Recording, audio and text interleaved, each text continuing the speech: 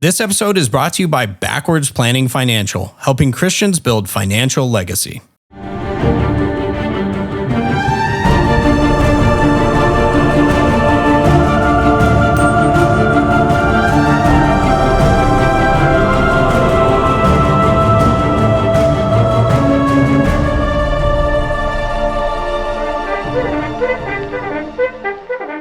On July 4th, which is tomorrow as of the release of this episode, America will celebrate its 250th anniversary.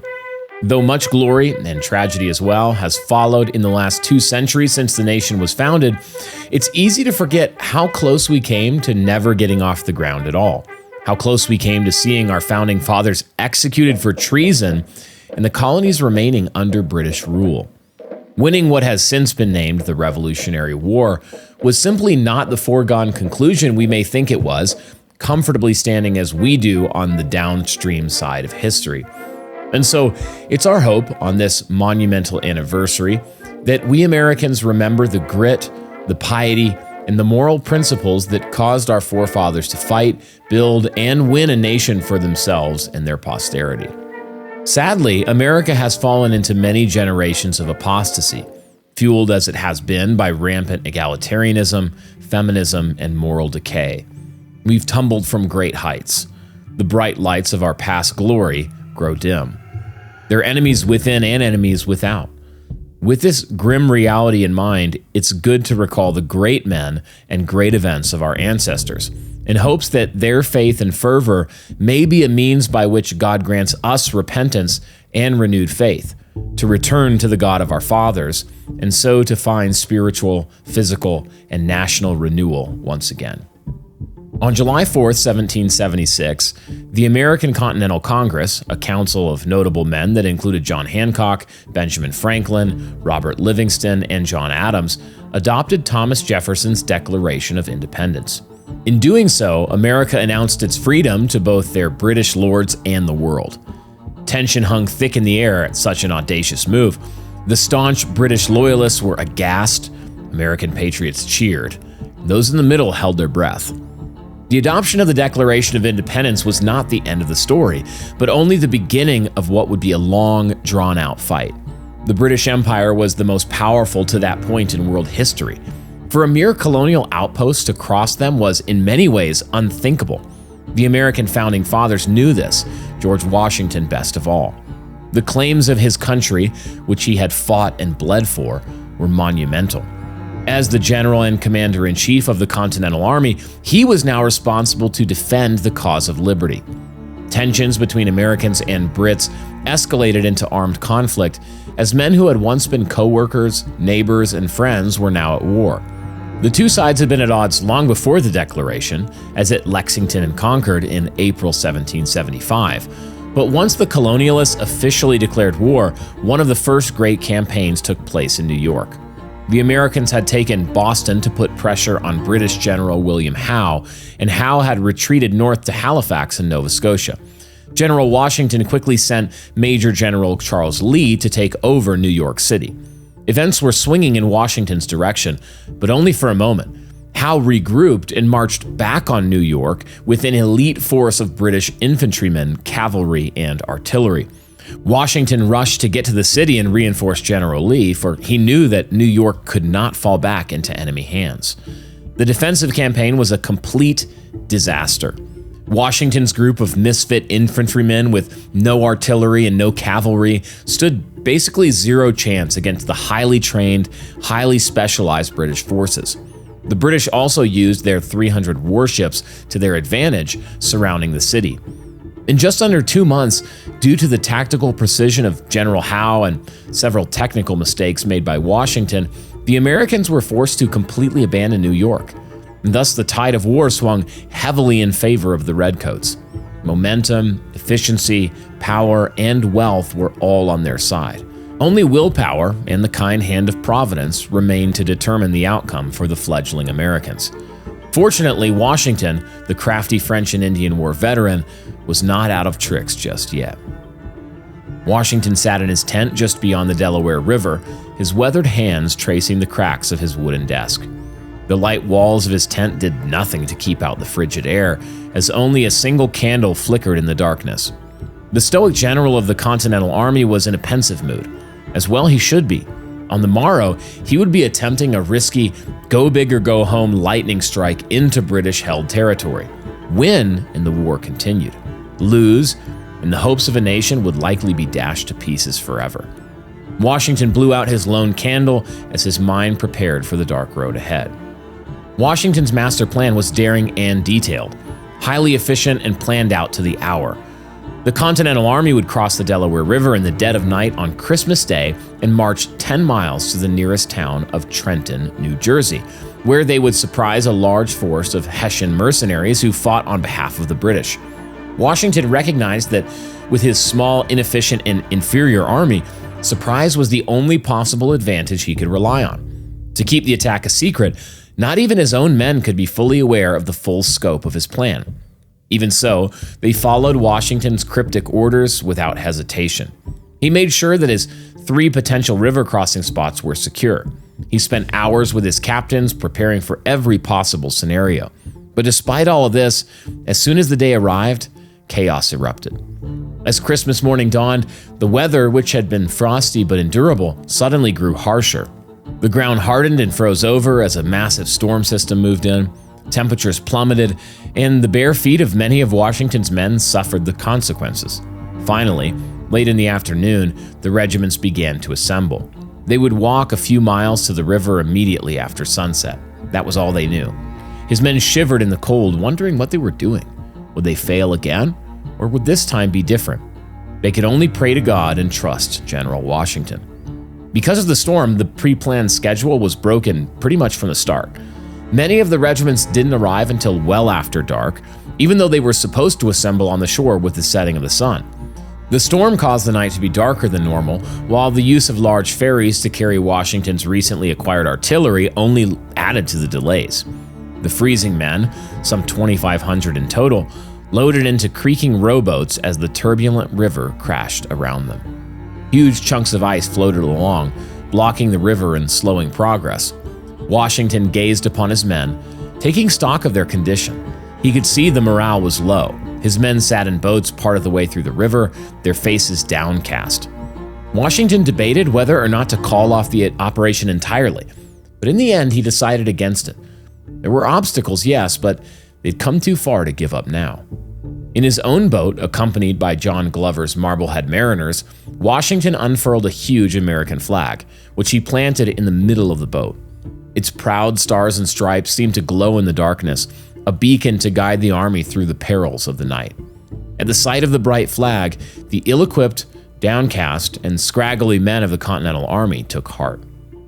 The general cut a dashing figure, his face and jaw set as proudly as the flag streaming in the wind behind him. Slowly, the American forces advanced through the river. Washington reached the shore on the other side of the Delaware River early in the morning of December 26th, accompanied by his men and artillery. The firm ground of New Jersey was a relief after the dark night on the choppy Delaware. Washington took his bearings and strained his ears, only to find that they were all alone in the silence and darkness. Originally, the crossing was supposed to result in a 3-pronged attack, but the ice-choked river had prevented the companies on either side of Washington from crossing at all. The general waited for 15 minutes before he continued the advance. The plan was already hours behind schedule, but he couldn't wait a moment longer. He assembled his men and led the 10-mile march to the city of Trenton himself. Behind schedule because of the storm, Washington and his forces arrived outside of Trenton at daybreak, around 8 o'clock. They had originally planned to arrive around 5 a.m. Washington split his main army into 3 columns. The left flank commanded by Major General Nathaniel Greene, and the right by John Sullivan. Greene took his forces and attacked from the north, while Sullivan charged from the west to cut off any southern escape route. Washington personally led the charge of the middle column straight toward the city. He engaged with the watchmen on the edge of the city as shots rang out. For a moment, Washington almost panicked. Surely their cover was blown now. But to his shock, he retained the element of surprise. The Hessian man in charge, Colonel Johann Rall, had been harassed by local American militia for weeks, and he and his men were frankly exhausted. Likewise, they had spent Christmas Day drinking and partying, and consequently, many of them now nursed pounding headaches. It wasn't until Washington and Greene arrived directly outside of the city walls that German drums began to thunder, frantically calling the Hessians to arms. George Washington gave the order as their bullets ripped into the wooden buildings. 3 regiments of Hessians came pouring out of their barracks, firing back. Just as the Hessians seemed to be regrouping, Sullivan joined the fray. Based on numbers and experience, the Hessians should have dominated. Instead, the Americans unleashed hell as colonials poured into the city, turning a daring gamble into what would become a total rout. The Hessians' great mistake came when Lieutenant Andreas von Weiderholtz reported incorrectly to Colonel Rahl that the Americans had completely encircled the city and there was no escape route. With this false intelligence report, Rahl decided to counter Washington's attack within the city, instead of retreating through the unguarded Assunpunk Creek behind the city. Washington possessed the highest ground in the city and thus could see every one of Rahl's attempts to counter him. In turn, Washington eventually broke the Hessians. Rahl was mortally wounded and his forces decimated, and his leaderless regiments became a mass of confusion.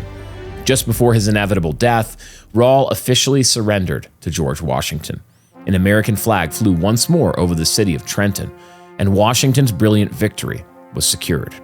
More than anything, Washington's victory at Trenton helped bolster morale after a long series of defeats for the Continental Army. It was that spark of victory that gave soldiers a renewed confidence that they could win, even against superior forces. Even more, it caused a rising wave of belief in the gravitas of Washington as a commander and leader. As Chesterton once quipped, "The one perfectly divine thing, the one glimpse of God's paradise given on earth, is to fight a losing battle and not lose it." Washington had done just that. He'd fought a losing battle, but won. The war would rage on for several more hard-fought years, but Washington's victory at Trenton was pivotal. Finally, on September 3rd, 1783, the British signed the Treaty of Paris, thus recognizing American independence and officially ending the war. But who was to thank for America's glorious and unthinkable victory? Washington left no doubt, as on October 3rd, 1789, he issued a proclamation designating November 26th as a national day of thanksgiving to God. In his proclamation, here's what he wrote. "Whereas it is the duty of all nations to acknowledge the providence of Almighty God, to obey His will, to be grateful for His benefits, and humbly to implore His protection and favor. And whereas both houses of Congress have by their joint committee requested me to recommend to the people of the United States a day of public thanksgiving and prayer to be observed by acknowledging with grateful hearts the many signal favors of Almighty God, especially by affording them an opportunity peaceably to establish a form of government for their safety and happiness. And also that we may then unite in most humbly offering our prayers and supplications to the great Lord and ruler of nations, and beseech Him to pardon our national and other transgressions, to enable us all, whether in public or private stations, to perform our several and relative duties properly and punctually, to render our national government a blessing to all the people, by constantly being a government of wise, just, and constitutional laws, discreetly and faithfully executed and obeyed, to protect and guide all sovereigns and nations, especially such as have shewn kindness unto us, and to bless them with good government, peace, and concord, to promote the knowledge and practice of true religion and virtue, and generally to grant unto all mankind such a degree of temporal prosperity as He alone knows to be best. Given under my hand at the city of New York, the 3rd of October, in the year of our Lord, 1789, President George Washington." The King's Hall podcast exists to make self-ruled men who rule well and win the world.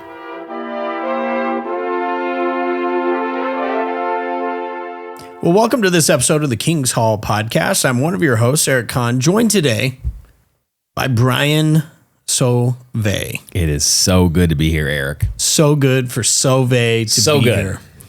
You know, Brian, you spent some time in England. I did, yes. Mm-hmm. So in a sense, you're a redcoat. The neighborhood kids, because we didn't live on base.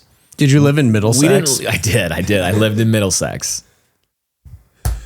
Is that really where you lived? Yeah, we did. Well, Ickenham, yeah, in Middlesex. We did not live on Lakenheath, the base. It was like 3 hours away. Oh, yeah. Hour and a half, I can't remember. Felt like eternity to a kid.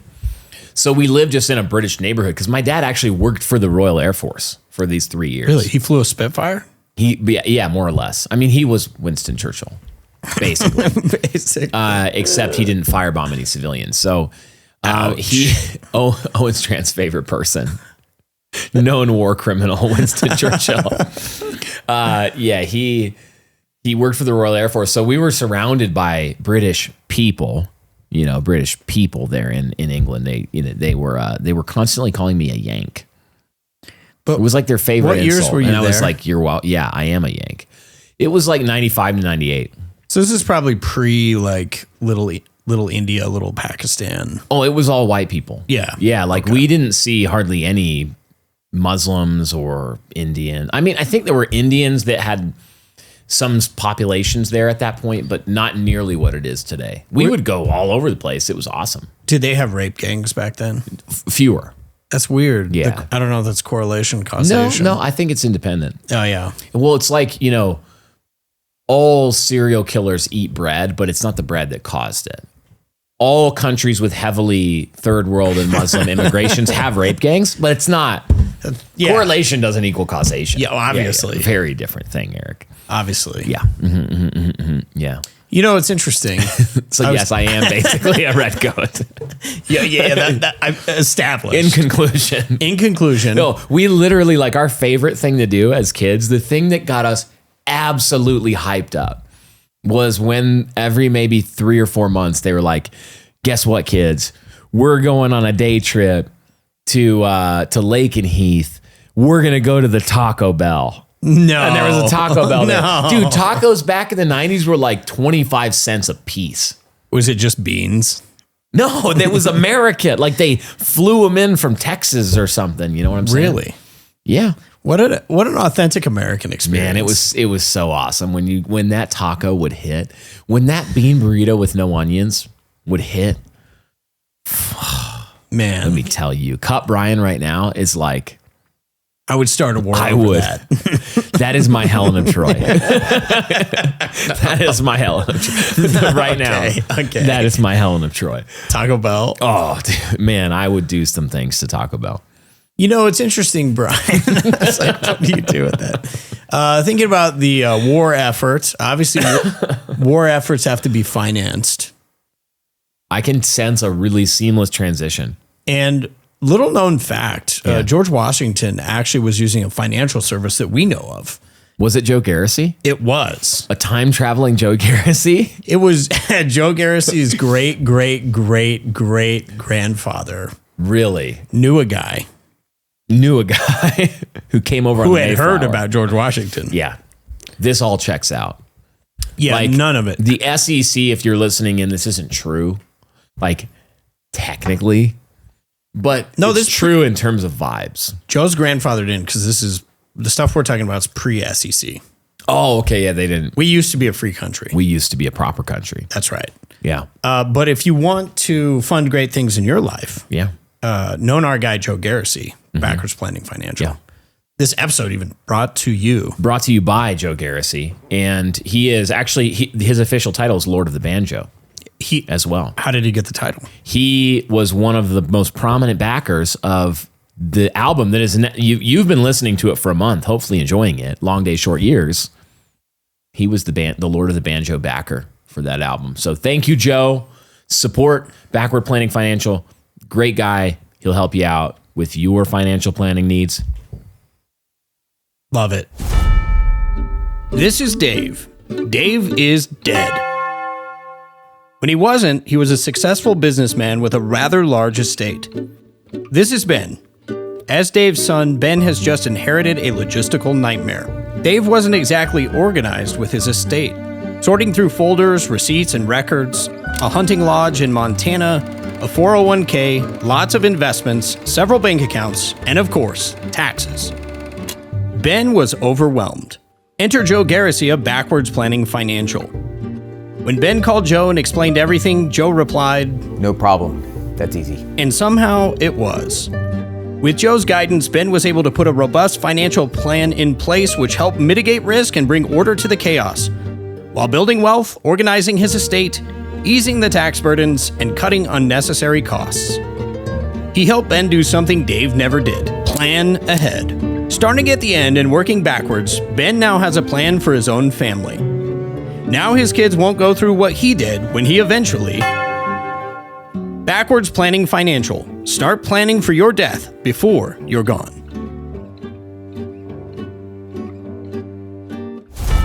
And now let's transition back to bean burritos as Helen of Troy and the 4th of July. What is it called again? The 250th, the semi-quincentennial. It's like a quintessent, I don't know. We went to public school. Yeah. Yeah. It means 250 years. 250th anniversary. Let's call it that. We actually got to spend some time not too long ago Yeah. in the Boston area. We did Boston. And one of the things I learned about Boston from actually Pastor Ben Garrett Yeah. is that every single place you go is where they filmed The Departed. It was one of the greatest and worst things in my life ever. Was Ben, no matter what happened, looking out the window of the car or wherever we happen to be and saying, that's the 7-Eleven where they filmed The Departed, which I think especially our Bostonian hosts appreciated that. they really did. We were at Walden Pond and Ben said, this is the little cabin where they filmed The Departed. And we're like, Ben, no, it literally isn't. This is where the Transcendentalists were doing their stupid stuff, actually. This is Louisa May Alcott's house where they filmed The Departed. and then asking the bookstore owner, is this where they filmed The Departed? And they were like, no, No. please leave. Oh, that's great. Brian, 250 years of America. Cue a bald eagle sound. The bald eagle with like the Uzis. Yeah. America, you know? Yep. But it comes with a lot of mixed emotions, I think, It absolutely does. because of how great we are today as compared to how... No, that's not how I'd put it. That's not how you put it. No. So walk me through that, just because I remember this growing up, and particularly in pietistic branches of the church, where it was like, okay, let's just denigrate it just like the left does. Yes. We don't want to do that. No. But we're also still recognizing that, yes, there are real problems Yes. and we've strayed. Yeah. One other thing I think that's interesting, I saw a commercial yesterday. I was watching playoff hockey. As one does. And it was really interesting because Rachel Madcow was on there from CNN. She's got mad cow disease, British. You see the tie-in. The tie-in. Yeah. Wow, very good. But she was like, the First Amendment is about freedom of speech. And here at CNN, and I told my wife, I was like, I always love it when the left pretends to care what the Constitution Like says. when they're like, oh, Constitution, a document we deeply treasure. Yes. The first one, not we don't actually treasure the first one. We just treasure the one we remade in the 1960s. Yes. That's what they treasure. Yes. So a lot of baggage at this point in our history. Yeah. But how do you process it? Yeah. Speaking of mad cow, I can actually never give blood. What? Like I can't donate blood because You have mad get cow through disease? the questionnaire. Well, basically, you get through the questionnaire and it's like, do any of these rare circumstances apply to you? Did you live in the UK between this date and this date? And I was in it for by 6 months I was there. Really? So lifelong I'm banned because of my mad There's cow a disease. fear about mad cow. Yeah. But to your actual question, By the way, mad cow and tapeworm, great ways to lose weight. yeah, one of them kills you, but so you do lose weight in the sense that you decompose into the constituent elements which constituted your body previously. America. I think it's really, really important that we do two things as Christian men. One of them is to tell the truth about our day and to say, yeah, we're not going to have some kind of thin triumphalism. Yeah. Where it's like we just ignore the problems of our nation because they're serious. They're serious problems. They are the result of besetting sins. And if we don't address them, then we are cooked as a nation. But at the same time, I love America, and I believe that a part of the virtue of the Christian is a civic virtue of patriotism, where he should seek to honor his forefathers to love his people and his nation, and to promote, remember, celebrate the best aspects of his people, while, of course, avoiding the sins and the follies and the temptations and tendencies of sin that his people is prone to walking in. And so for us, that means that we have to reject the pietism that would say, patriotism is inherently idolatrous. It's not true. Love of the fatherland is a part of the fifth commandment. That's what patriotism is, pater, father. And reject the leftist insanity that would try to rewrite our history to claim that we were, some kind of amoral, vaguely deistic, like, what a bunch of nonsense. Yeah, it's sort of like rewriting history in like the secular humanist lens. Yeah. Even the stuff that Washington was just this rank deist and Jefferson, we included it in the cold open, but Washington's call to prayer. Yeah, the Thanksgiving Declaration, 1789. There's actually a book, I can't remember the name of it, but something on fire. But there's a book about Washington, and the argument is like why he was a Christian. Man on Fire, Denzel Washington. Well, that's Played a him. great movie. But It's a great movie, actually. Yeah. that's more about putting bombs inside of drug dealers and blowing them up. I'm sorry. That's a different. I derailed you. That's true. But Washington Also Denzel. If Washington had the bomb technology that Denzel did, By the way, think about this. he would have used it. You know how everybody's mad right now about they're redoing The Odyssey. the Odyssey, Yeah. and they're they have like a tranny playing Achilles. Allegedly. I hope it's not true. I hope it's not. Tell me it ain't true, Nolan. They have like a sub-Saharan African playing Helen. I think that is true. Like the woman people went to war over, and it's like some sub-Saharan African lady. You're like, absolutely not. That's not what happened. We used to be a proper country. But it is interesting because I will make one exception. Mm-hmm. Like, Denzel Washington plays George Washington. If we're gonna race swap, If we're gonna do it, at least get Denzel. You know what I'm saying? it's got to be like Russell Crowe. But he's gonna have to lose like 200 pounds. He got to go on a cut. He's gonna have to go on a cut. Call me up. Have your people call my people. Mel Gibson is George Washington. Oh man, Yes. let's go. But I think this is part of this broader cultural thing. We've talked a lot about it in the past, but this disenchantment of the West. And so really, I feel like part of it is just like somebody, maybe you're in the middle intertestamental period and you're reading or hearing about Moses. And it might lead to reform because you're looking at that and you're saying, wow, we had a great glory in previous generations and we've sinned and we've fallen from it. Maybe there could be a civic renewal. Yeah. Which is part of, this is the other point that I would probably make. It just drives me insane. When people talk about spiritual and civic renewal as though they're like completely opposite things, I'm like, my question is always, why can't we have both? Yeah, they go Wouldn't together. a spiritual and civic renewal be tied together? So I'm just curious your thoughts. Yeah, if righteousness exalts a nation, and it does, then spiritual renewal should bear the fruit of civic renewal, but it also works the other direction, that when you have godly rulers that are one of the constituent parts needed for civic renewal, quite frankly, that downstream effect of the city fathers, the nation's fathers being righteous men, is that it tends to produce righteous sons.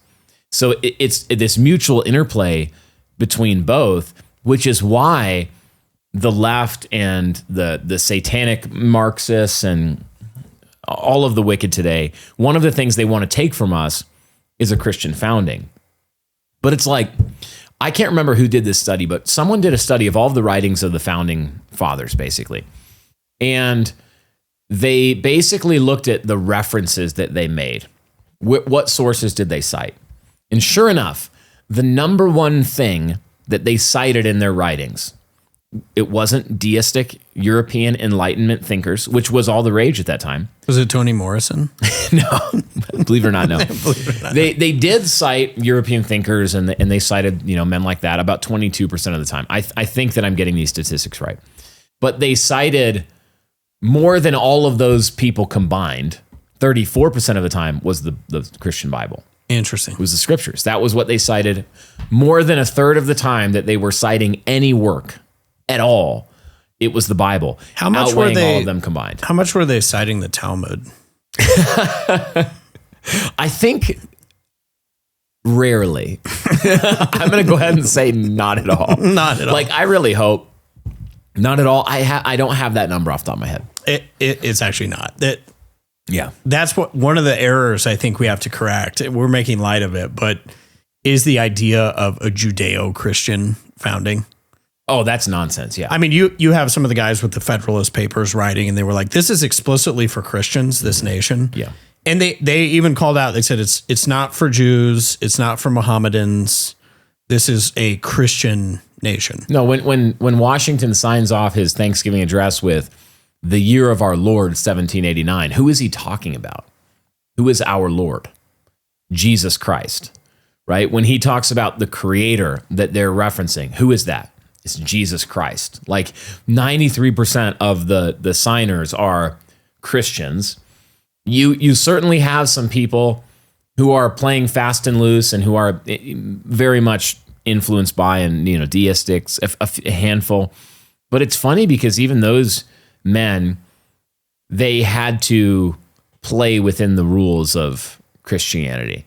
They couldn't be openly hostile to the Christian faith because the nation was a Christian nation. Yeah. They would have been run out of the room if they had attempted to say like, oh, we're just trying to establish some kind of, neutral melting pot where, the Mohammedans, maybe the Barbary pirates, we could bring in some more of them. Like, yeah, it's kind of like all equal footing here in America. They would have probably shot them. Yeah. Well, it's interesting too, when we were in Lexington and Concord, and yes, the Bostonians corrected me. Concord. It's not Concord, it's Concord. It's Concord. We went and we were kind of touring. They have all this stuff for like Thoreau and Emerson and the Transcendentalists. And it is funny because, you go through the library and you're like the greatest authors that America has ever produced. And like the quotes on the wall from these guys are like, they're like, the moral law is not the standard by which we judge ourselves. It is the feelings of the heart, which we must follow at all times. And I was like, this is, even back then there was a rot. Yeah. Brewing up. Yeah. A French Revolution Enlightenment rot was at work in the West. And so we do have seeds of it in the founding of America. No doubt. No doubt that's true. But even if you look at something like, what was the political theory that was being promoted by the Enlightenment? It was basically ruled by a kind of rationalist expert, like a scientific expert. That was one of their big ideas. We're going to try to establish this rule by scientific experts. And that was meant specifically to replace religious moral. Yeah, religious moral rule. It's replacing the king, all these different things.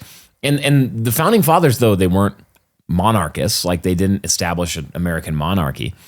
They also didn't establish that.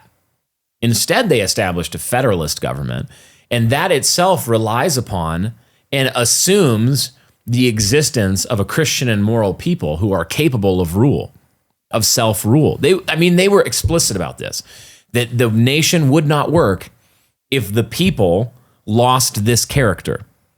So what happened? We lost that character. That is why now, we've descended into a kind of, retarded democracy where we're ruled by idiots and we're ruled by managerialism and we're ruled by all of these. Because if you lose the Christian and moral character of the people, federalism doesn't work. It assumes the people. So you do see there is a point to be made about the seeds of the Enlightenment, about some of these corrosive ideologies that were on the rise in the 18th century and certainly have swept through the West. But it wasn't the majority position of the founders. No, absolutely wasn't. And it certainly wasn't the character of the people. No, the people were a deeply Christian people. So as with many stories in history, the glories are mixed with tragedies. It's funny today too, because people will say, obviously the founders were imperfect, which obviously, but one of the reasons they would cite is, well, because they erred in not giving women the right to vote. Did they though? Yeah. See our published work. Well, is it published yet on July 3rd? Probably not. No. See our forthcomingly to be published, like such as the Iraq book. Such as the Iraq. On the Longhouse. That's a thing, I know. Oh, yeah. It's a thing. That book, by the way, I can't remember when it's going to go into pre-order, but I think it's pretty soon from this episode. Yeah. I think it is the most important book that we've published to date at New Christendom Press. So, yeah, I think that it is, there's a level where we have this discourse on social media, and that's good. Mm-hmm. And a lot of that is aimed at like vibe type stuff. Owning the libs, vibes, drinking liberal tears, you name it. You remember that? Yes. But I think it's also helpful to go into kind of deeper argumentation for people who actually want to look into the history. And a lot of this too is tied to kind of the Christian founding of America. Brian, one question I have, you read a lot of the documents and a lot of the things that the men at that time said, including George Washington. It's just funny to me because since the last couple of years, we've had the Christian nationalism debates. Yeah. And correct me if I'm wrong, but it seems like a lot of these guys, their arguments fall much more in line with the Christian nationalists today than the people who oppose it. I would argue yes. Right?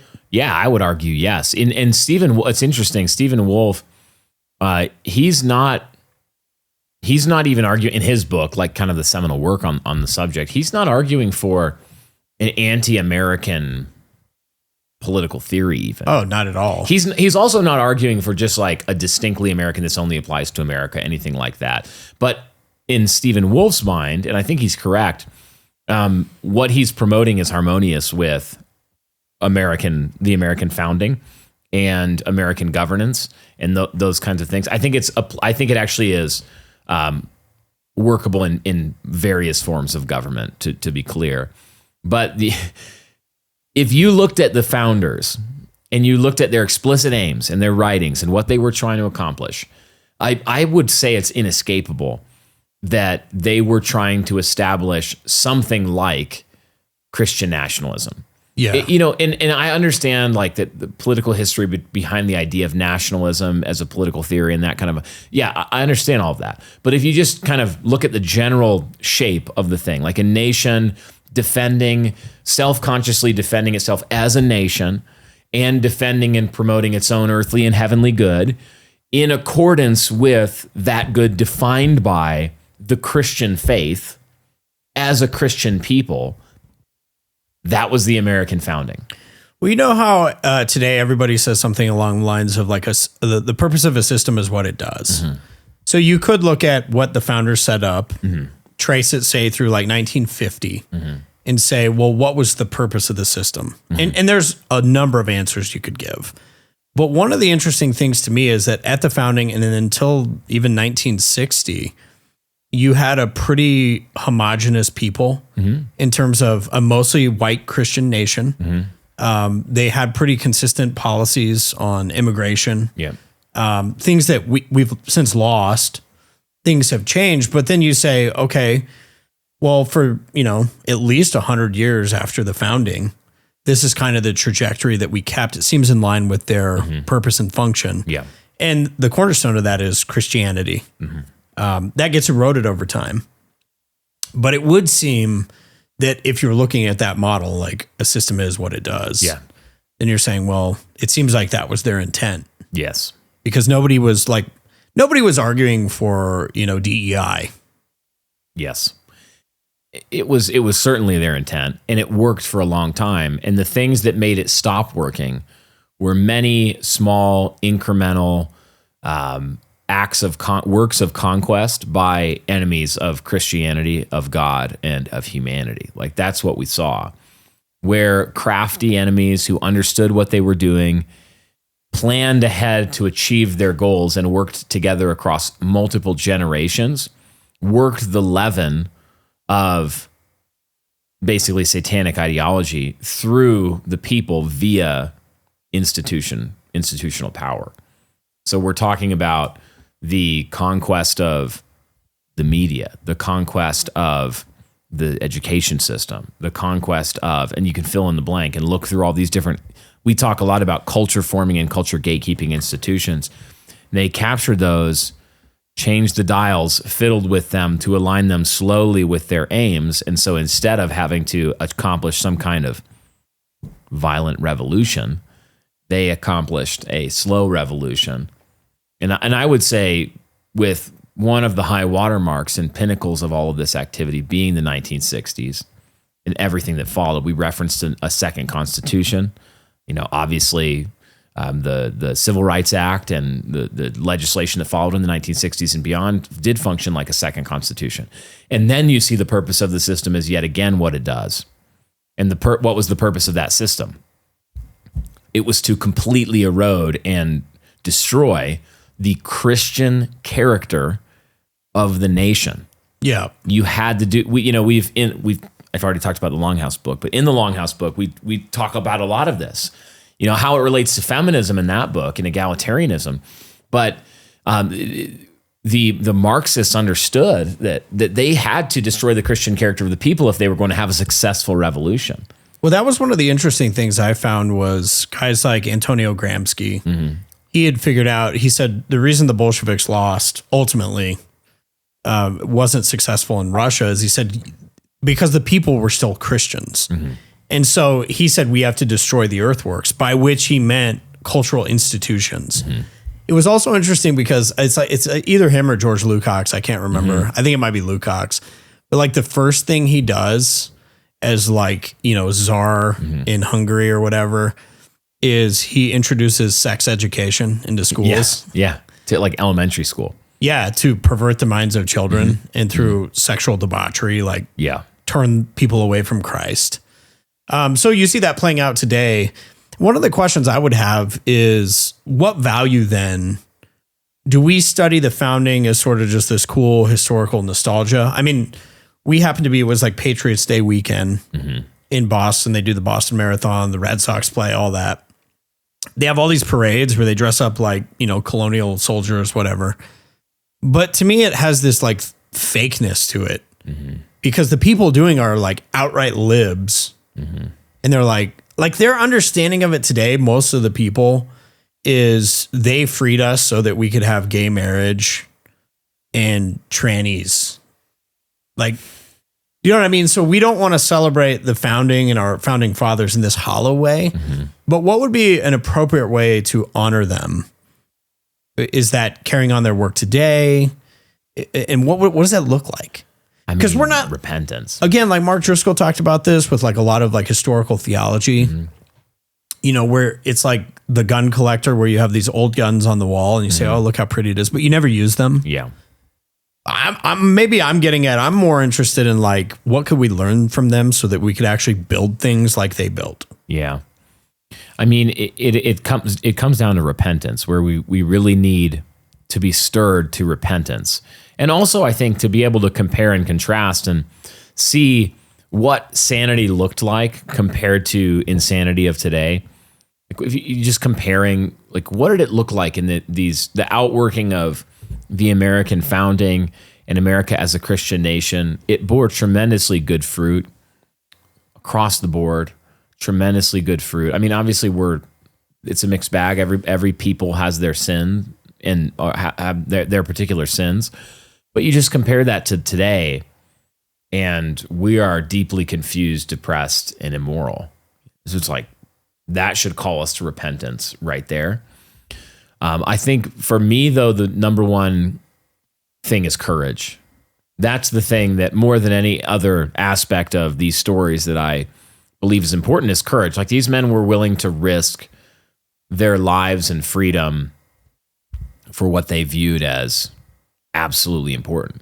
Yeah. Like their people, for the existence of their people and the freedom of their people and all. Like, that courage is the spirit that it's a precondition of progress today. Yeah. We have to have that first. Brian, here at New Christendom Press, a lot of people ask us if they can replicate what we've been building. And when you think about it, there's a lot of moving parts to this business operation. Yeah, that's really true, Eric. And I think people don't realize how many hands touch every single thing that we do. Like we've got a whole team just focused on working on YouTube algorithm optimization with click-through rate, average view duration, optimized thumbnails, basically stuff I don't understand. Honestly, Brian, I have no idea what you're even talking about right now. No, it is pretty complicated. I know like we put so much work into every show, but then we actually have to fight just to make sure that people see it in the algorithm, which is why it's been so helpful to work with Trent from Creator Campfire. And Brian, as I understand it, he's been working closely with the Haunted Cosmos team. Yeah, he's been working really closely with that team. It's been super helpful. And I would definitely recommend him to anybody who's trying to grow their YouTube audience. He's a Christian and a real expert in this field. And if you want to connect with him, anybody can go to creatorcampfire.co/haunted and reach out. I think a lot about just been reading through the book of Acts and like the preaching. Mm-hmm. And it's interesting how many times like Peter in the early chapters of Acts will say something like, basically, God sent us to you to call you to repent, and then you've been preaching through Corinthians, and there could be this easy mistake where we say, yeah, but people today are way more debauched than they've ever been.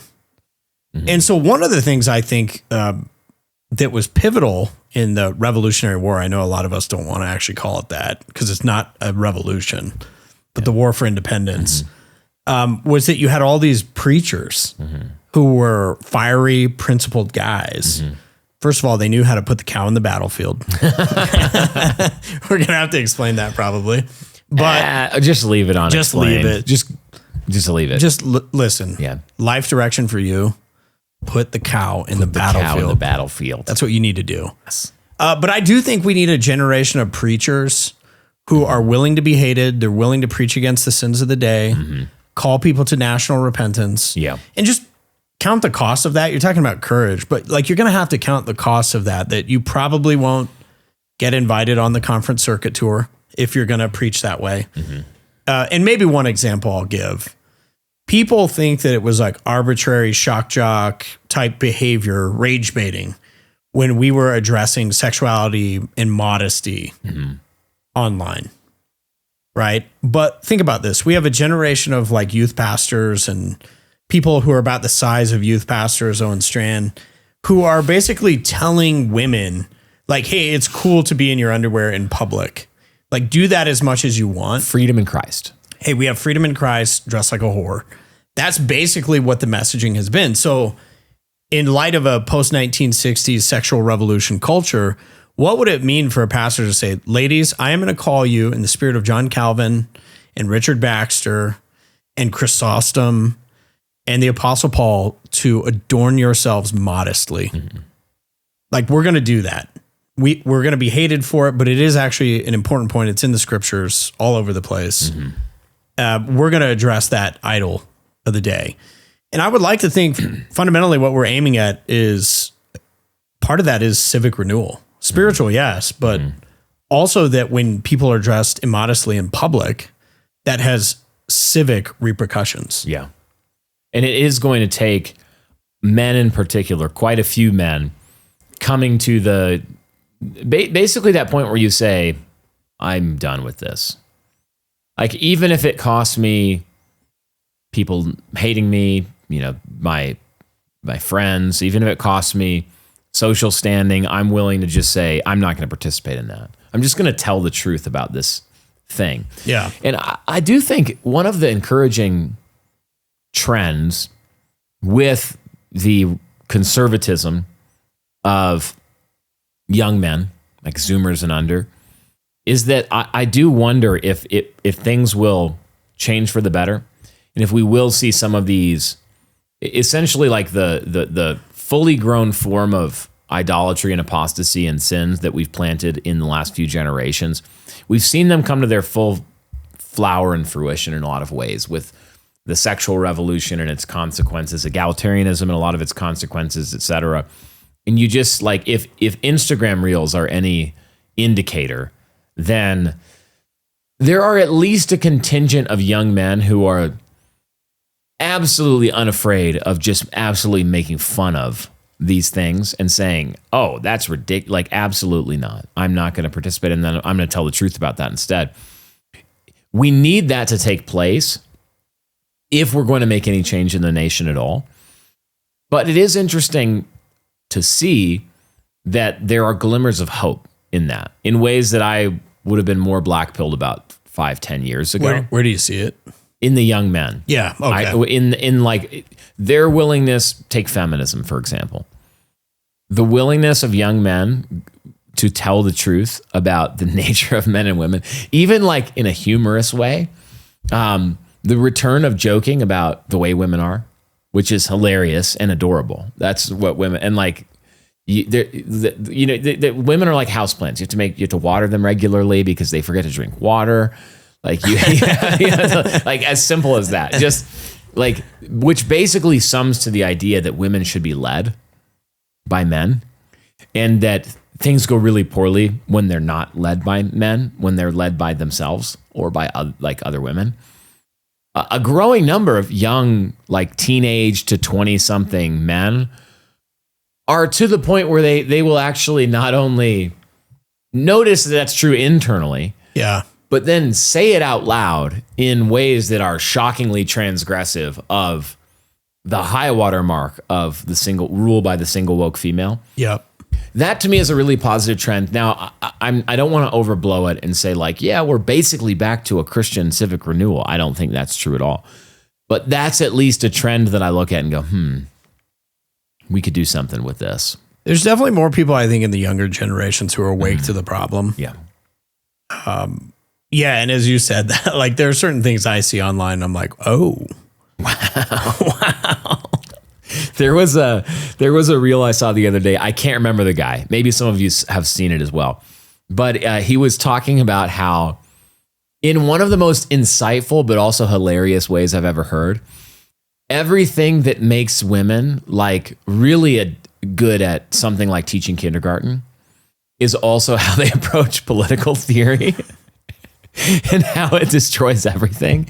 They're like, yeah, two kids fighting over a crayon. That's bad. Let's share the crayons. And then they're like, yeah, one nation is doing well and has like good resources because they've had, a disciplined, moral people. And then there's like India that's India. And it's like, well, what if, let's share, everybody share, like, America, let the Indians come sit at your table. And it's like the instinct that actually kind of worked to govern 4-year-olds in a small group with respect to coloring doesn't actually work the same way when you advance the principle to the level of nations, of global politics. Yes. And it was like, yet another example of probably some guy in his 20s that I just thought back to like 2017.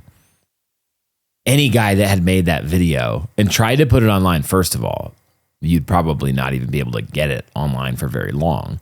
And now this is like a reel on Instagram that's been shared by a zillion people. And even that guy's probably like, actually, Instagram's probably paying that guy in a payout. Like, super hilarious old commercial. I think it's a commercial. I don't know what it's for, but it's like a cartoon, but it's talking about the nations of the world. It's kind of like, I know which one you're talking making fun of them.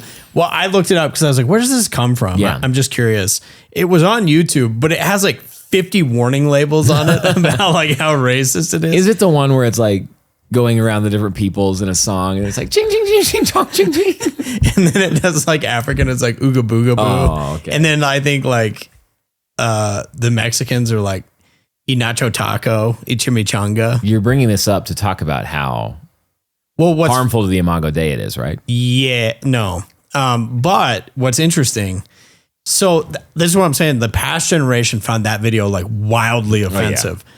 But that compared to like Zoomer Reels is nothing. It's mild. Is like child's play. They would look at it and go, huh. They're like, oh yeah, okay. Oh, that's kind of mild. Even the old, it was Johnny Bravo. Mm-hmm. It was like a Cartoon Network show. I think it's pretty old. I mean, I remember it from my childhood, so. Yeah, it's a ways back. But like they have the one where they're talking about the 19th Amendment and the lady's like instructing. Mm-hmm. Yeah, it's super hilarious. And she's like, now the 19th Amendment gave women the right to vote, and this is why we did it. And then Johnny Bravo just goes, now, why would you go and do that? Well, Johnny Bravo had a point. we used to be a proper country. So yeah, I think that trend is changing. I also think that there is more on the ecclesiastical side of pastors who are starting to see these problems and say, hey, maybe we need to address them. There's a resurgence certainly in like national political conversation. That's not, I guess I would say it's not within just the pale of neoconservatism anymore. You sort of have like the rising Nick Fuentes crowd, and there's just a lot more conversation. Yeah, we certainly see more popular and resonating like a nationalist, America first kind of spirit that has a large overlap with a recognition of the Christian character of America and the need for a renewal of the Christian character of America. These all give me hope. I still, when I look at the overall landscape, there's like two wolves inside of me. The one wolf is wildly idealistic, and he's like, we need to raise everything down to the ground and rebuild from the level of principle, because we just have so much compromise with all of these corrosive ideologies like feminism and egalitarianism, even in the conservative movement. I think that's true. Even in the America First world, even in the political punditry, like the amount of sexual degeneracy that's present, the amount of absolute moral idiocy that is involved in conservative punditry is crazy. We're just not immune to it. It's everywhere. Everything from like, let's promote lady boss babes in conservative politics. And ironically, they're going to tell us like why women should get married and have children. And you're like this, but what the heck? It's not to like the gays to all. I mean, we just have so much compromise that the ideological wolf inside of me is like, raise it to the ground and rebuild from the level of principle. And then there's the other wolf inside of me that's like, yeah, but at the same time, there is such thing as politics in the real world. And there's the reality that the art of the political is not going to achieve by itself pure ideological purity all the way down. It's just not. And so like we are dealing in the real world where I would still like to see our nation move in directions at least that are better and more conducive to coherent social life for my grandchildren than not, recognizing that apart from God's, massive mercy and the revival of the Christian church, we won't see perfection. Like we're not going to see, and even in this life, we're not going to see perfection, obviously, as we know. So those two wolves sometimes fight between optimism and pessimism, and also optimism and rage, I would say, is part of it. And I don't know. It's hard to say where we stand exactly. Yeah. Well, I think there was a lot of optimism early on with, like, say, Trump. And then we sort of got what we always get. And so I think people are naturally more, maybe more of a realist position about that. Both of them kind of, I think, are ditches you want to avoid. One that drives me nuts, obviously, is the black pilling. The accelerationist view, like, I hope we just, fall into civil war or something. I'm like, actually, that would be horrible. I don't. But on the other hand, we've talked to people recently that's just been coming up more and more, where there's also a constituent where they're like, oh, we are on the brink of taking everything back like tomorrow. And I'm like, we're not. I just don't even think that's realistic. Instead, if you look, Trump's a good example. If you look at Trump, pretty much any way that you try to read him through an absolutist ideological lens, it just won't work. And I mean in all directions. If you're like, Trump is just a shill for Israel and he's just on Bibi's leash and he just does everything Bibi Netanyahu wants, and that's all he does. Every single aspect of his agenda is just driven by Zionism. Every single thing he does. It'd be like, that doesn't stand up to scrutiny. It's not Trump's operative policy. Trump as a person it seems much more like his absolute principle is himself. The glory of Trump. That seems to be his absolute principle. I don't think that works. I don't think you can read everything he does through that lens. And at the same time, I don't think you can. So from that perspective, it's like, everything he does is just more of the same. There's been no progress whatsoever, et cetera, et cetera. I'm like, I don't think that's true. I think we have made progress in several areas. I think he's had key strategic victories, but Trump seems to operate within a tactical landscape where his principles are fairly fluid in a lot of ways, and he's just attempting to achieve the closest to his ultimate goal of the name of Trump being glorious as possible. But the other ideological lenses you might look at him through also don't work. You just can't reduce the real world to conformity to just some very one-dimensional, absolutist ideological perspective. I don't think you can do that. I think history is way more complicated than that. And the political reality is way more complicated than that. American politics is very complicated. And even the scale, like when I look at the cold open, the difference in scale between what we were dealing with in colonial America and what we're dealing with in America today is on another level. Look at, like we're talking about 2,500 troops. Yeah. In different key battles that turned the history of America. We're talking about like thousands of people. And today we're talking about hundreds of millions of people. Yeah. Right. Then we were talking about, amounts of wealth that were large for the scale of the time and the amount of people. Sure. And yeah, but today we're talking about global economic systems and hundreds of millions of like the complexity of executive leadership of America today, the task of the president is insane. It is so massive. We are talking about an empire. We're talking about an empire that is on a scale that dwarfs some of the great empires of the past. I think it certainly dwarfs the Roman Empire or dwarfs the, empires of the ancient Near East. Like we could look at the comparison in scale, and with that scale comes complexity, and it becomes the kind of story that only God can understand fully. So the task of one man, like though one man can change history, and it's good for us to even aim to be great men and desire that God would raise up a great man or great men that would change the course of history, we do have to recognize that this is not a simple thing. It's not as simple as just like, if I could get my one pet piece of political ideology passed, it would fix everything. It's not where we're at in history today.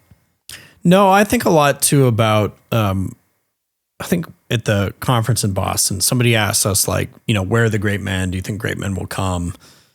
And I've been thinking about that. Yeah. And I think you have to create the context for the great man. Yeah. Meaning you have to have institutions that would actually produce that. Mm-hmm. And ecosystems, communities, cultures. Think about the guild programs of the ancient world. Yeah.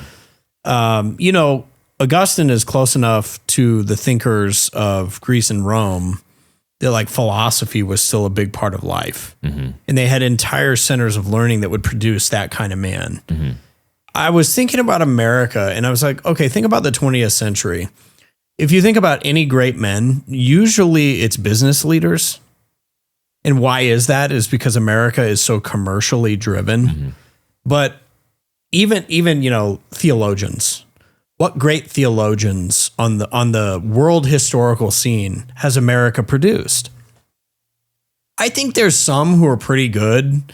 They're usually older, so it's going to be like a Dabney or a Thornwell. Mm-hmm. It's probably going to be from the South. Some people will say Jonathan Edwards, and I would say he's probably among the ones we've created, some of the best. Mm-hmm. But like, does Jonathan Edwards compare to like Calvin? Probably not in terms of total impact. Mm-hmm. Certainly impacted America. But I just look at that and I think, well, it's because we don't even have the kind of institutions that are aiming to produce that sort of thinker or that sort of mind. Yeah.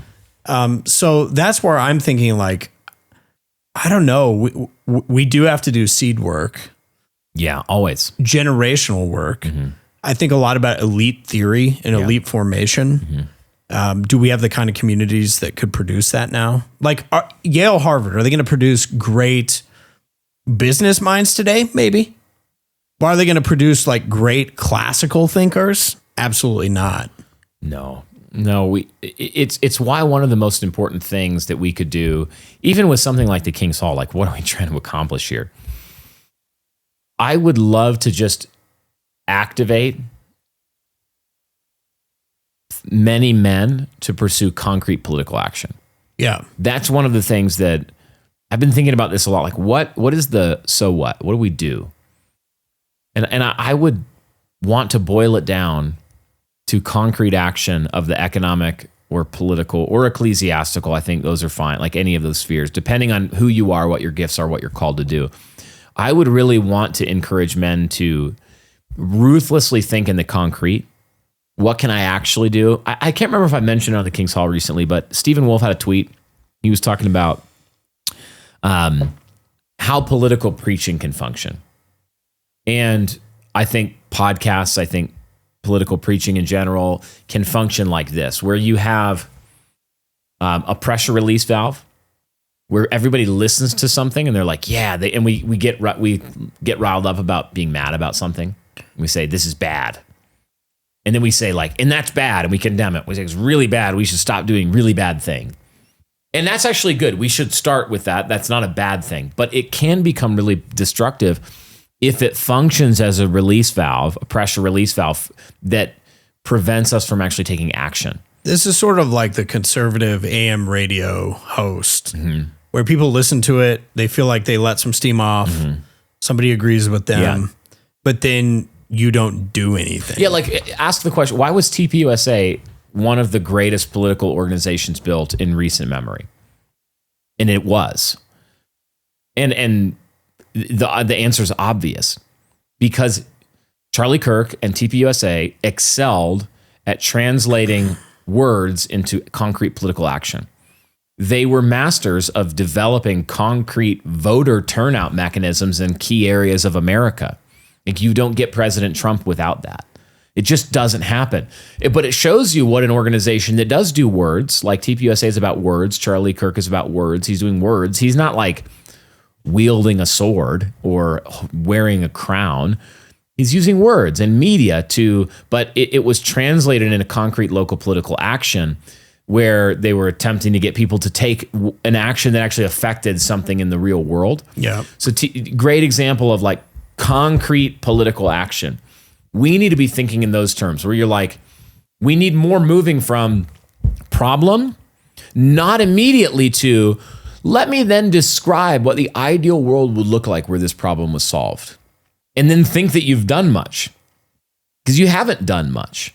What you actually need to do is recognize that between this point A and point B, there are 78 steps that 1.5 million people, or 100,000 people, and if it's a local, or 10,000 people if it's a small town, or 20 people if it's a church, or 2 people if it's a family, or you yourself if it's just a problem that you have, need to actually take to get from, we have now correctly identified the problem, to, yeah, we do want to have a description that's adequate, at least adequate enough of the ideal future state, aspirational future state, that we could like point somewhere, have a compass bearing.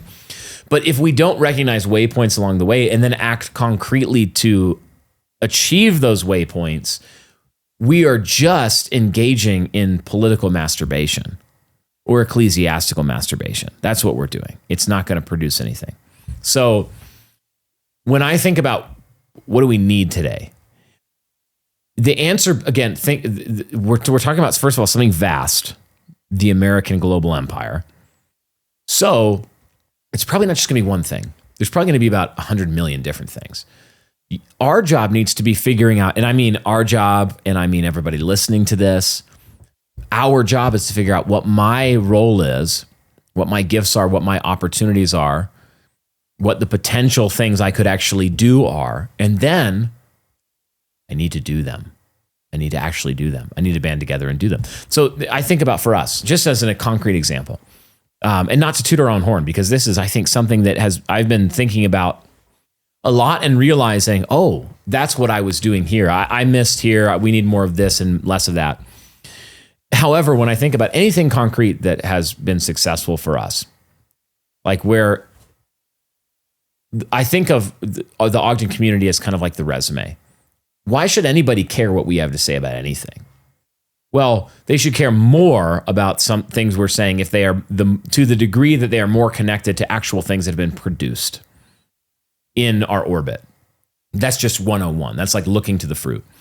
So when you look at where we started 10, 15 years ago and where we are today, I can point to key areas where I think we've made significant practical headway against the spirit of the age and some of these satanic ideologies in our midst. And you can say, like, here's the proof of concept.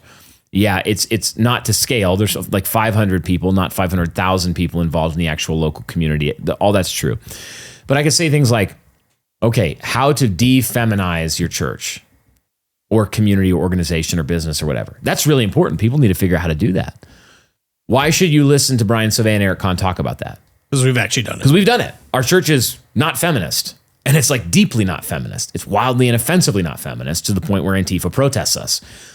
So what do we do to accomplish that? And there have been not just pure ideology floating in midair. There were hard, costly decisions, hard, costly, concrete action taken not just by leaders, but by many in our community and our fathers and mothers. And okay, there are areas like that we could look to. And so the more that I think about the like what to do, so what question of life, the more I just come back to that. Okay, Stephen Wolfe was actually getting at one of the most important principles we need to understand in conservatism. It's our tendency to use words as a release valve and never move to concrete action. So where have we, and this is a personal assessment that I need to do constantly, we need to do at New Christendom Press and at Refuge Church in our community, and you need to do wherever you are. Where am I letting words be a release valve to prevent me from taking concrete action? And then here's the neat part.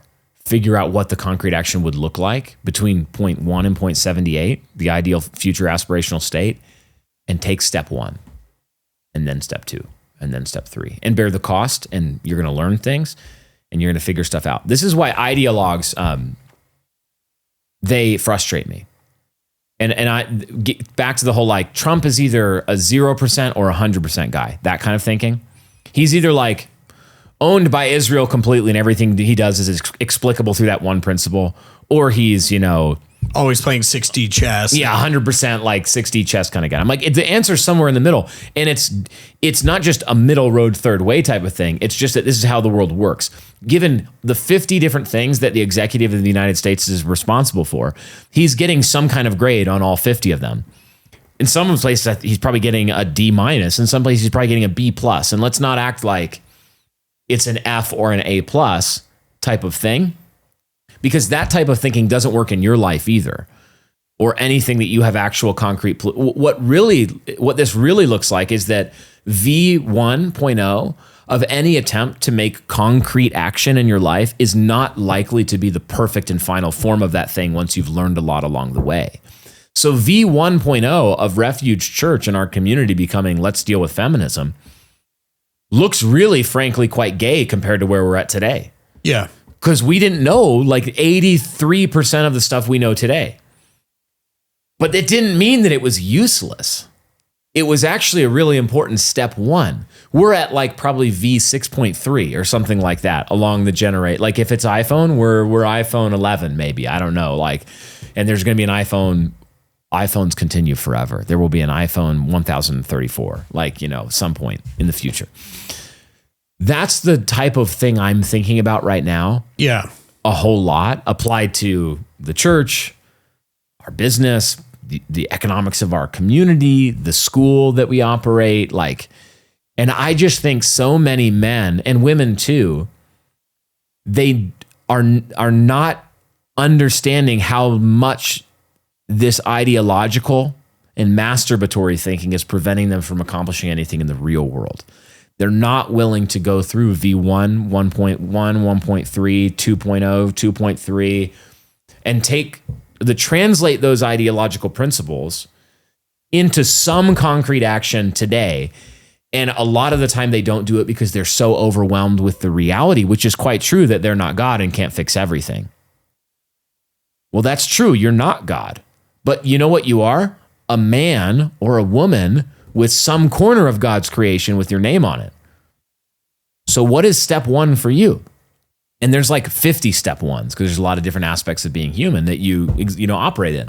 Yeah, I also think like maybe on the other side of it, part of the danger. So you're describing part of the danger is like maybe a community like ours, if you had like nobody engaging in political action. Yeah. That would be an error. Mm-hmm. One of the other errors, though, is a lot of guys who shouldn't be involved in political action or shouldn't start there and thinking that like some political action is going to solve everything, but like their family's a mess. And so I think what we've tried to do is say like, we need to do all of that, but it has a tier system in terms of order. Yes. Right. So we're saying like, okay, get your family in order so that you can be more beneficial to your church and to your community. And then you have opportunities outside of those. Like think of it in the priority that scripture puts on it. The family really is a small commonwealth. Yeah. So if you want to change the broader nation, your family can't be a wreck. Yeah, William Gouge, the family is a little church and a little commonwealth. It's a little nation. Even within, I just did a whole like 1,035 part series on Bryharth about this, but about 4 aspects of human life. So you can even start with yourself, the physical, the spiritual, the social, and the vocational. And you can look through these aspects of your own life and say like, if I'm going to get my family in order, my mind better be in order. If I'm going to get my family in order, my body to some degree must be in order. I can't be a fat, lazy slob.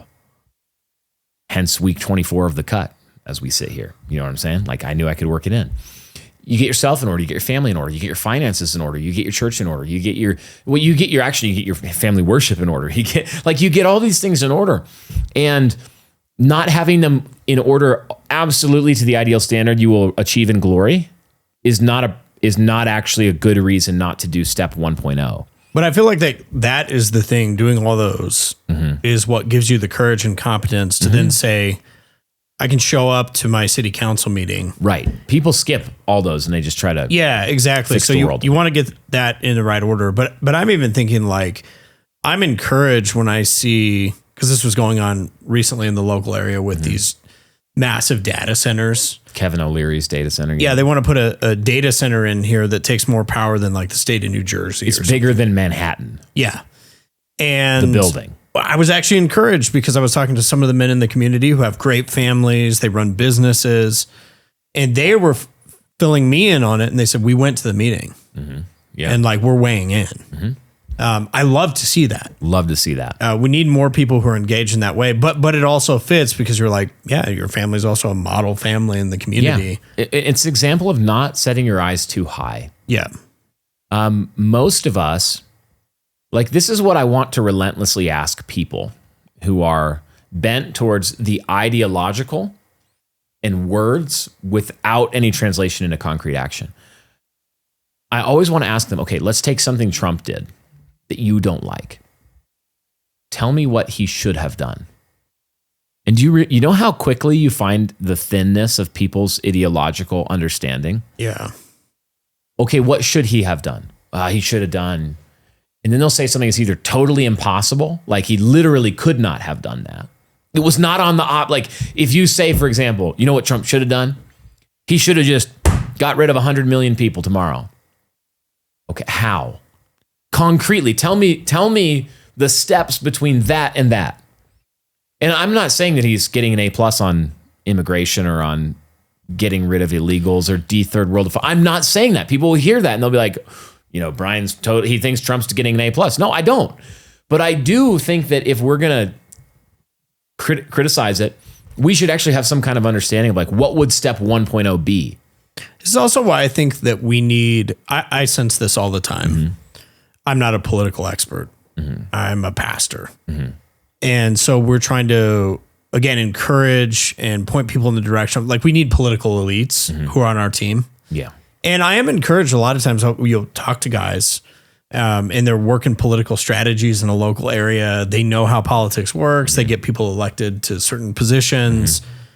And then I look at it and I say, well, in the political, I actually need a guy like that telling me what to do because that's also part of the era, I think, of sort of like reformed little world that we've been in is where it's like the illusion of an omnicompetent pastor Yeah. where he knows everything about all things at all times, and he has to be competent in all of them. Yeah.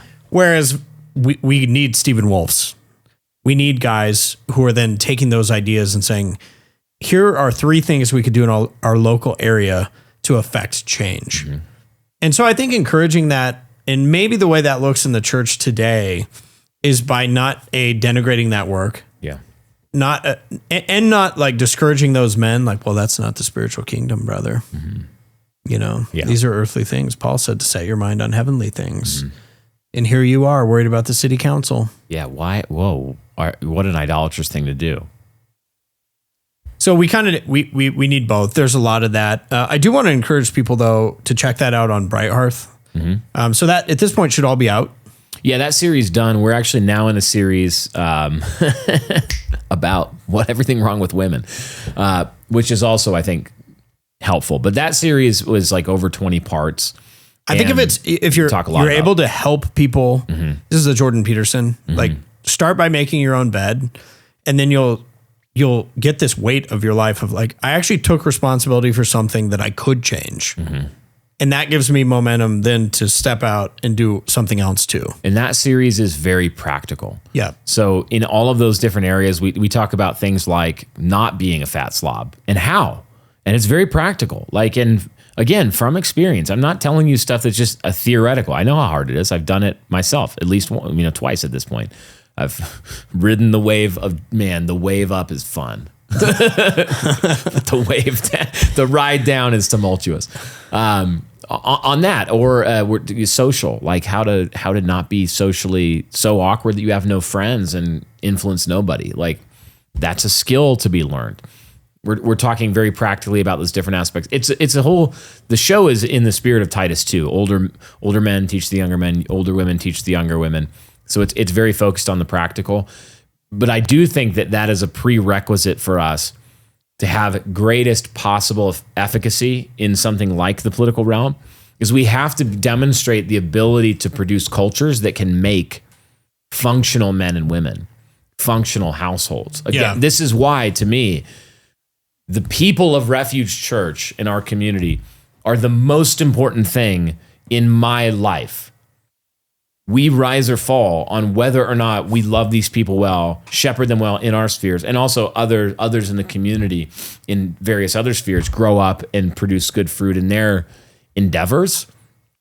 That's the thing that separates, like, should you listen to Eric and Brian at all? To me, yeah, it really comes down to that. And that foundation work is the thing that people think you do it once. They don't really say this out loud, but I think we operate this way. Oh, I already talked about that. I already figured that thing out. But real leadership in a community, whether it's yourself, your home, your extended family, your church, your business, whatever, it's actually constant maintenance 80% of the time on the basic stuff, because it's constantly wanting to get out of order. Weeds constantly grow in your garden. Air constantly leaks out of your tires. Like, you got to keep constant maintenance on the basic things. And those are what enable you to have a growing foundation that can produce other things on top of those basic things. And one of the reasons I think we get this so wrong often in the church is because we have an illusion that correct knowledge translates automatically into that's an end in itself.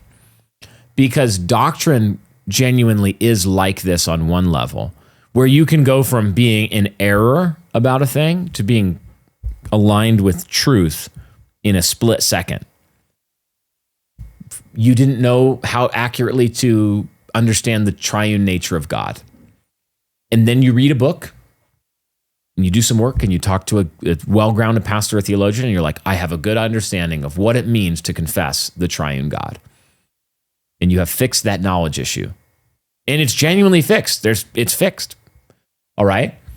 That is totally different from obeying knowledge and putting it into practice. So not every category of knowledge is like that. Having a correct understanding of a political problem and what it would look like for that problem to be solved isn't solving that problem. The same way that coming to more accurate understanding of the Trinity is solving your Trinitarian problem.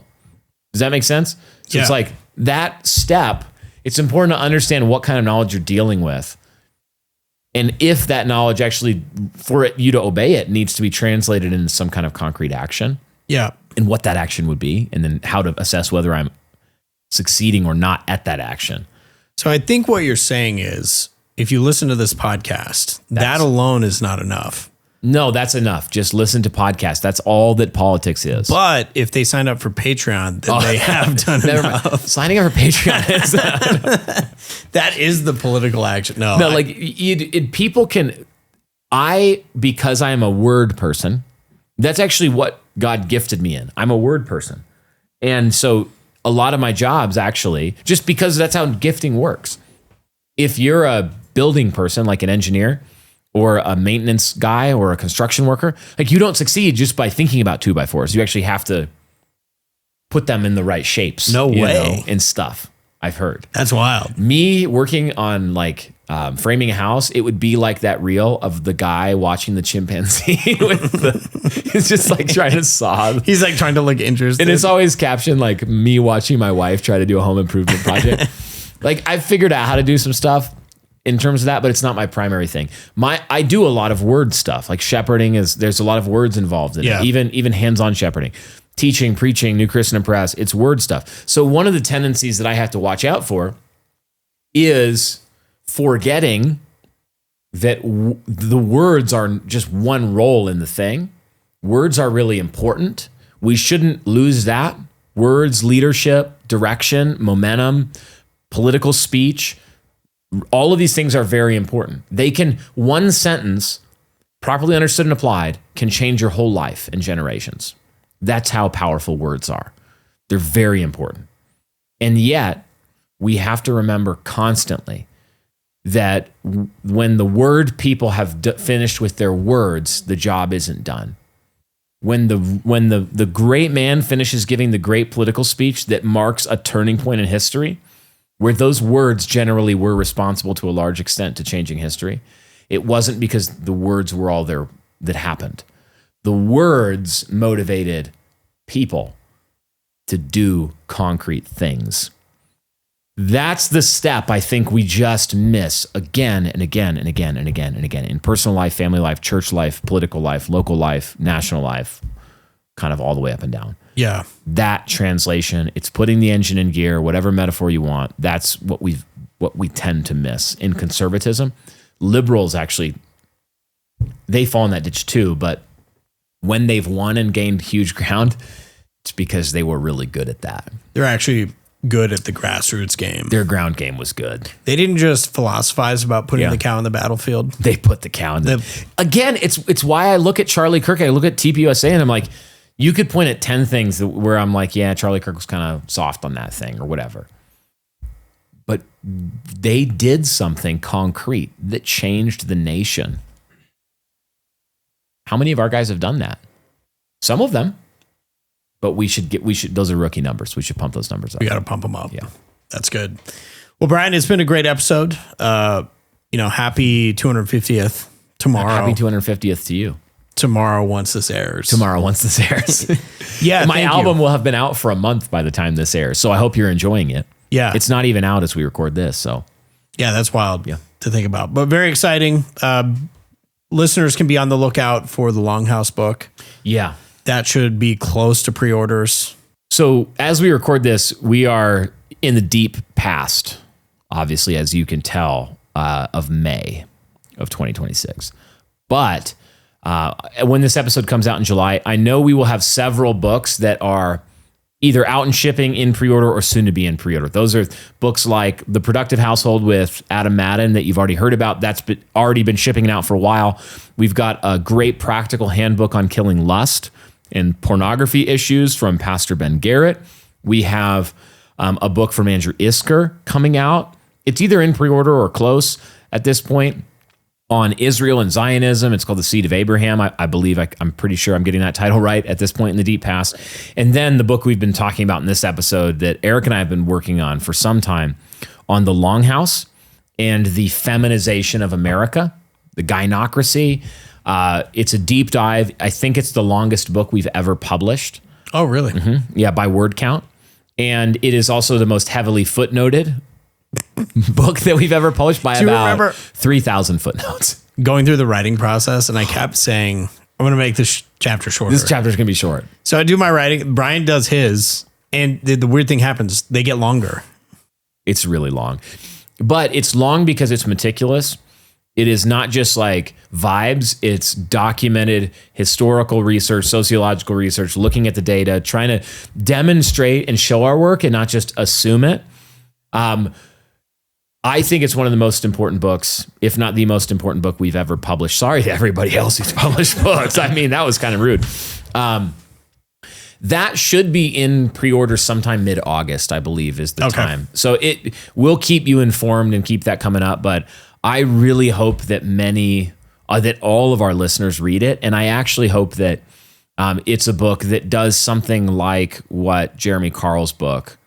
This is an audacious claim. I'm just going to say it, though, because I do believe it. I hope that it's a book that does something akin to what The Unprotected Class did, where people were reading The Unprotected Class who, especially at the time, would probably not admit that they were reading The Protected Class, but these were men in positions of leadership in the nation that helped diagnose a problem and bring into the mainstream, in that case, the problem of overt anti-white policy and racism in America.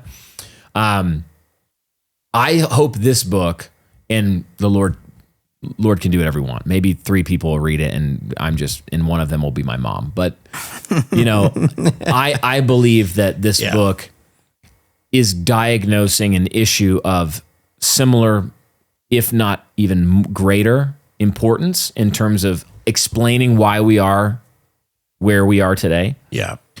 And getting us pointed, that compass bearing of like, in what should we actually do? And it's from a position of, this is a subject that we've actually had to deal with very practically and work very hard to bring our organizations, institutions, our local nascent institutions into alignment with our principles. So I would commend the book to you. Yeah, very excited about that. As we close, just a special thank you to our Patreon supporters. Really could not do this work without you guys. Believe it or not, we neither have Israeli money nor Qatari money.